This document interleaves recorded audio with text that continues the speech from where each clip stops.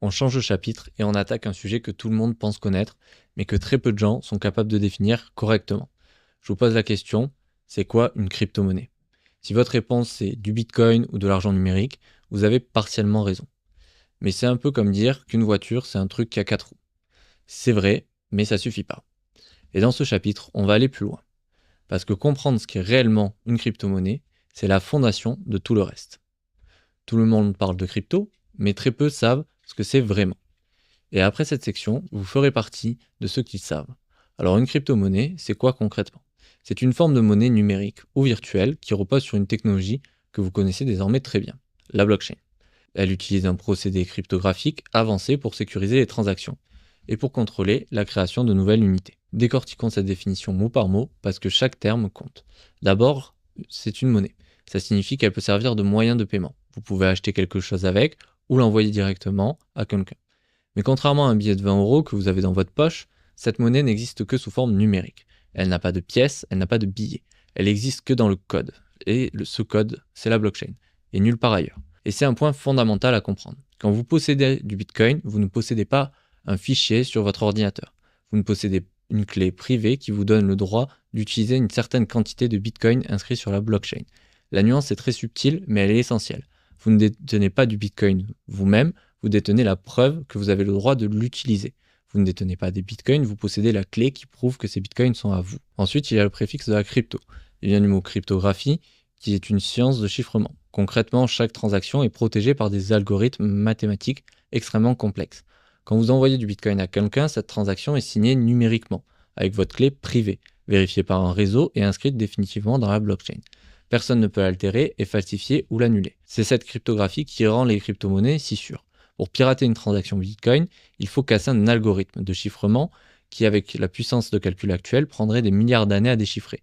Et ce n'est pas une façon de parler, c'est une réalité mathématique. Maintenant, la question qui fâche, c'est en quoi la crypto-monnaie est-elle différente de l'euro ou le dollar? L'euro, le dollar ou le yen, ce sont des monnaies dites fiat.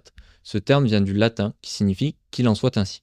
Autrement, ces monnaies ont une valeur parce qu'un gouvernement décrète qu'elles en ont une. C'est un acte d'autorité. La Banque Centrale Européenne décide que le billet de 50 € dans votre portefeuille vaut 50 € et vous faites confiance à cette décision. Les crypto-monnaies, elles, fonctionnent sur un modèle radicalement différent.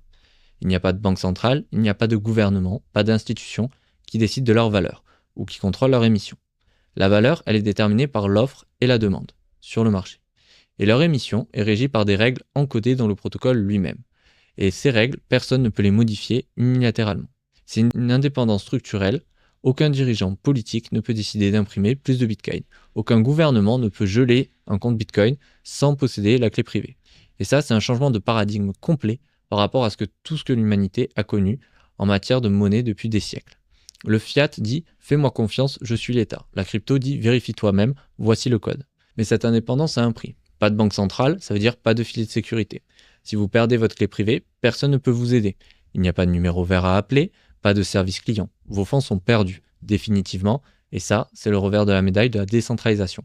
Une liberté totale s'accompagne aussi d'une responsabilité totale.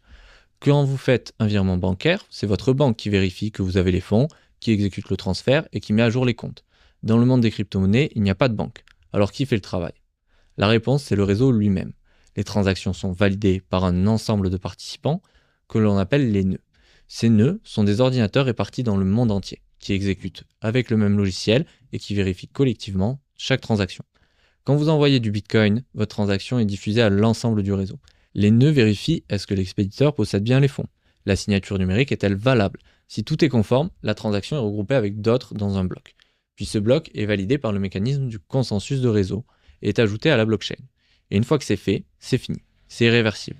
Le mécanisme de consensus, c'est le cœur du système. Il en existe de plusieurs types.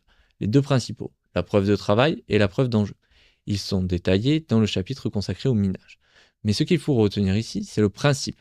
Personne ne décide seul. La validation est collective, distribuée et transparente. Et c'est cette décentralisation qui garantit deux propriétés fondamentales. Premièrement, l'impossibilité de falsifier une transaction. Une fois qu'elle est enregistrée, elle est enregistrée.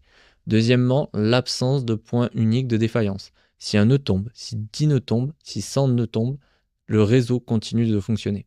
Il faut compromettre simultanément la majorité des nœuds répartis sur la planète entière pour permettre au système d'être en danger.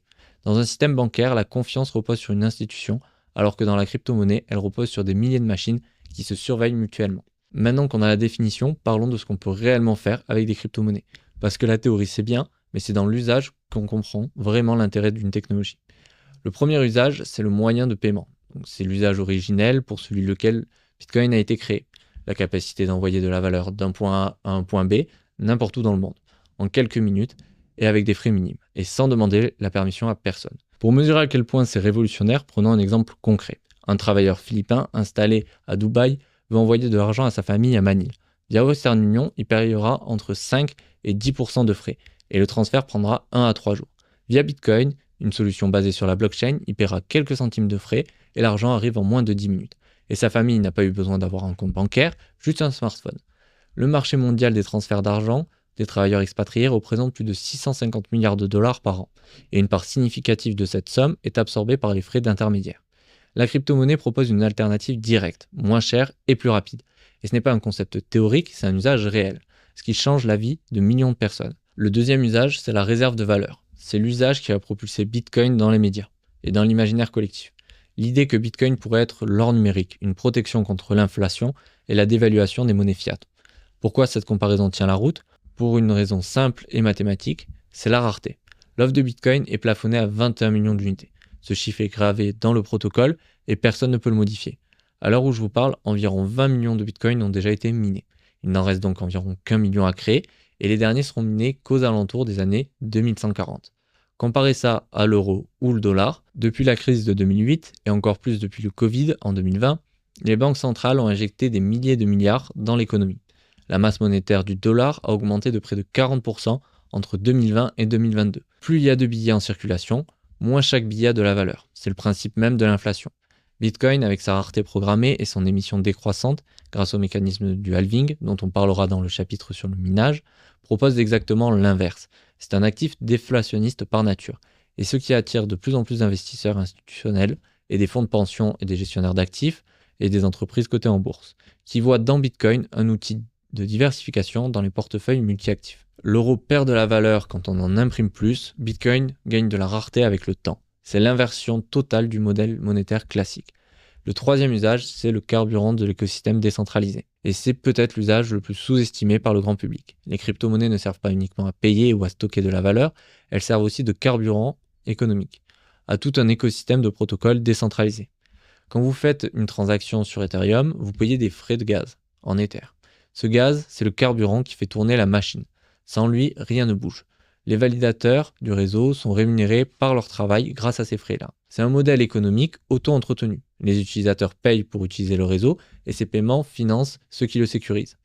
Mais les crypto-monnaies jouent aussi un rôle dans la gouvernance des projets. Dans beaucoup de protocoles décentralisés, les détenteurs de tokens ont un droit de vote sur les évolutions du projet. C'est le principe des DAO, les organisations autonomes décentralisées, où les décisions ne sont pas prises par un PDG, mais par une communauté de détenteurs de jetons. On détaillera le concept dans le chapitre de la DeFi.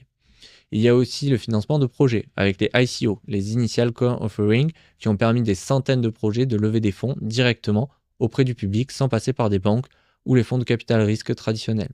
C'est une démocratisation du financement et de l'innovation, même s'il faut dire que cela a ouvert la porte à de nombreuses arnaques.